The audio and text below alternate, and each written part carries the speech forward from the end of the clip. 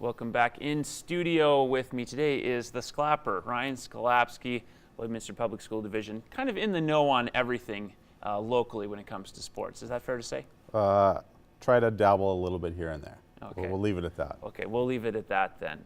But he's going to give us up to date a little bit on some of the going-ons over the past week. It's been a busy November, particularly for the public school division, and we're actually going to start there with the Barons volleyball teams out of the high school. Kind of an historic weekend for them, having to go through qualifying for the first time in Saskatchewan after switching from Alberta to Saskatchewan. The women's team, unfortunately, despite a pretty successful season, did not make the cut this time around. Yeah, the girls traveled, the boys and girls both traveled to Warman this past weekend. The girls finished 4th at the regional tournament.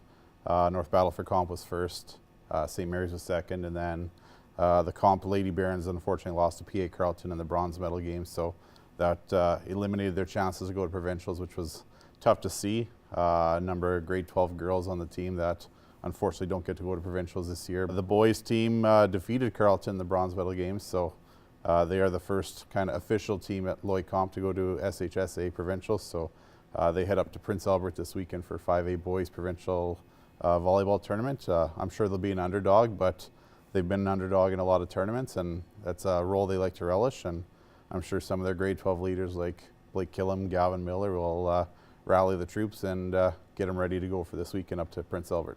And underdog's the key word there. This team wasn't particularly expected to be amongst that top 3. They were ranked outside the top 3 going into the tournament.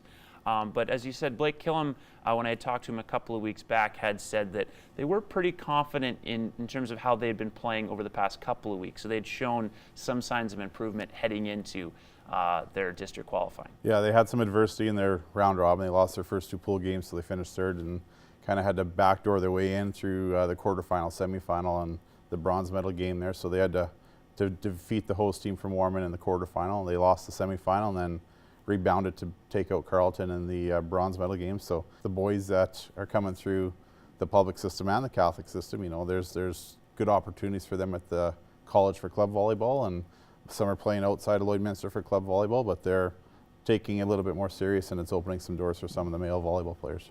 Absolutely. Another male sport that is a highly regarded one in the city would certainly be football, and the Barons' undefeated season got oh so close to ending, but an 18-17 squeaker in Edmonton, and they are now off to their regional final.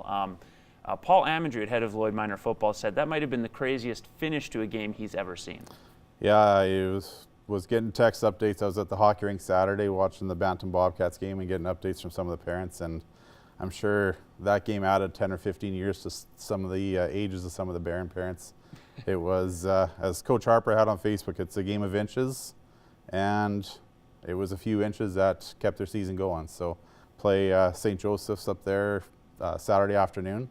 Coach Pritchard up there will have his guys ready to go. Then they're the number 2 seed in Alberta, but it'll be a war on the field, and they have a number of guys that play Team Alberta U18, and St. Joe's will make the comp earn it, just like AOB did this past Saturday. Absolutely. And the Raiders, of course, also successful. They win by several touchdowns in their regional semifinal, and they will now take on, who are they taking on again? I can't remember. They travel up to St. Albert this week, and they take on the Skyhawks on Saturday at 12. And if they can defeat the Skyhawks, they have that rematch, most likely, with their dreaded rival, the Cochrane High Cobras, 3-time defending Tier 3 champions. And we'll be back next hour with more with Ryan Sklapsky.